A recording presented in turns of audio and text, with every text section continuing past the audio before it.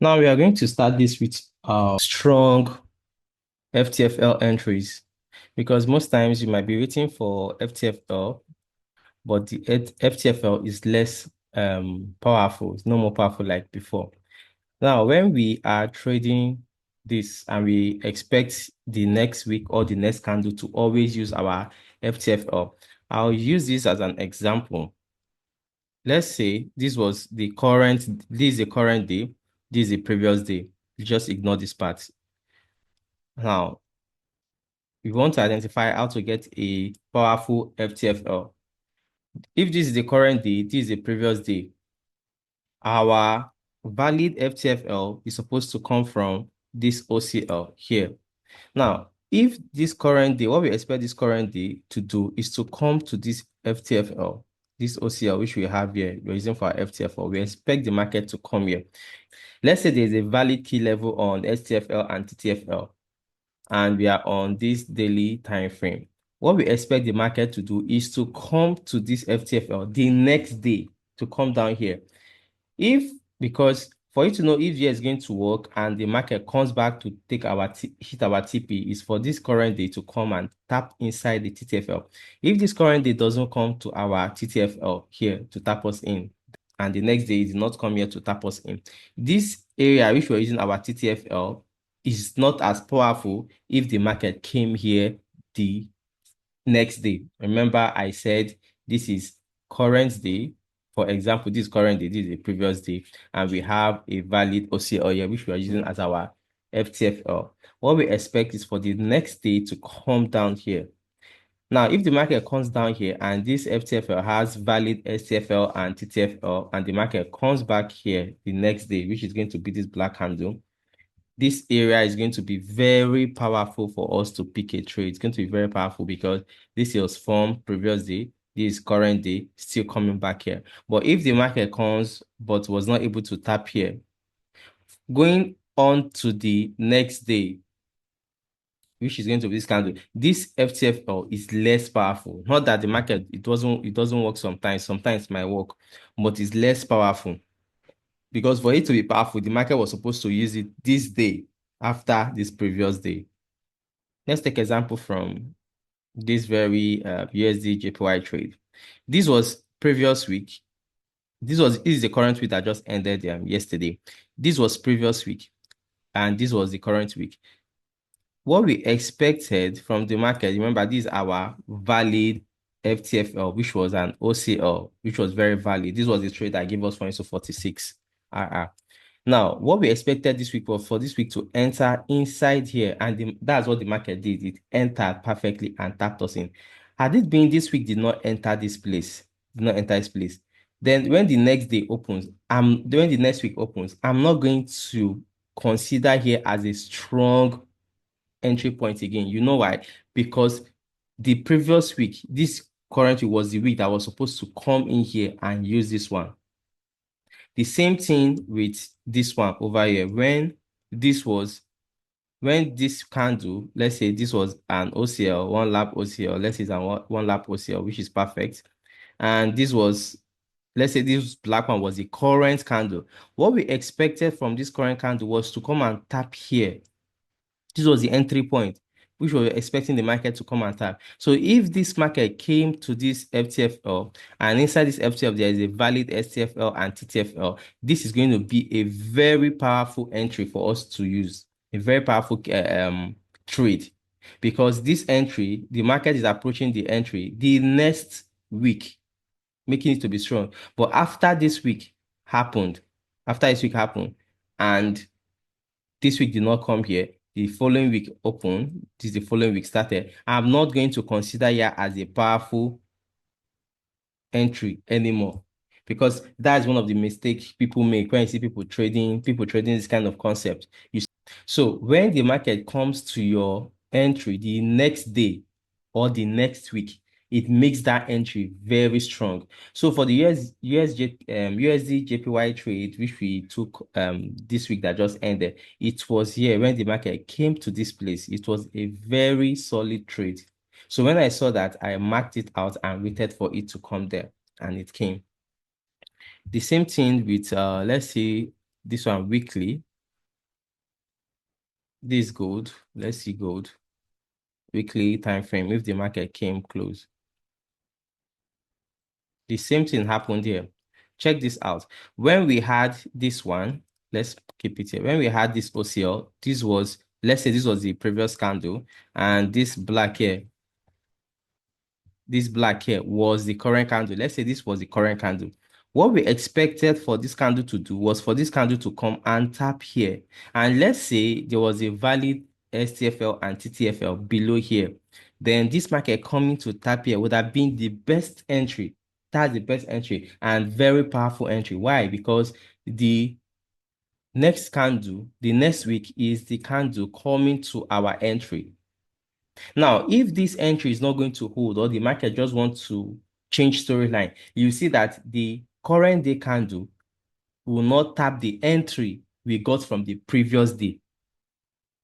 You understand me? The current day will not tap the entry we had on the previous day. Immediately we see that, we know already that this place is less powerful.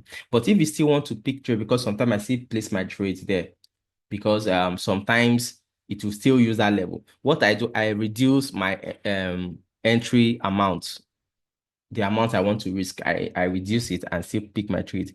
But 80% of the time, this area won't be disrespected. But for you to gain and also enter the trade, 20% of the time where this area will be respected, you can put in a little. If your risk entry amount, the amount you always risk per trade is $100, you can still put 20 here.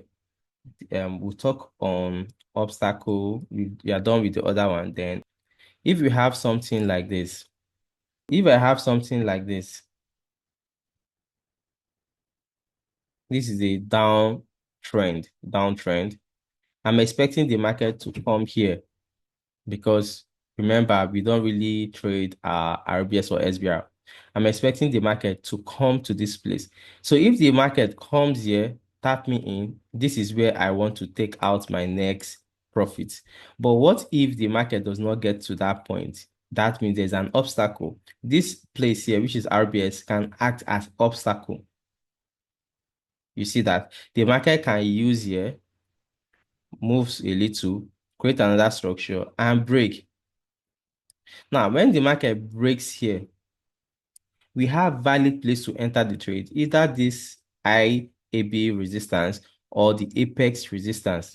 So this place can act as obstacle because this apex is supposed to be our valid entry. So here can act as obstacle, and also here can also act as obstacle. So every swing point can act as obstacle. And what are obstacles? Obstacles are key level that can prevent price from going more higher or going more lower. Those are obstacle. Obstacle, I'll repeat that again. Obstacles are key levels that can prevent price from going more higher or going more lower. Now, if we have an uptrend like this, if we have an uptrend,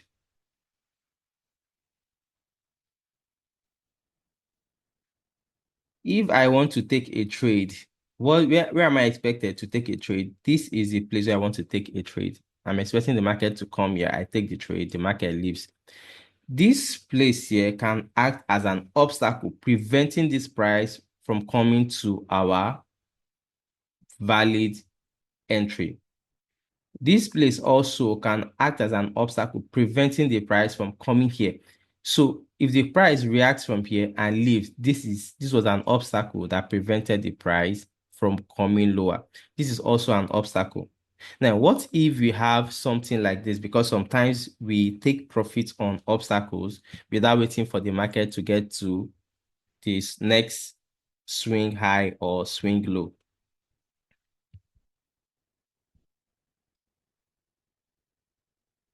If you have something like this is an uptrend also.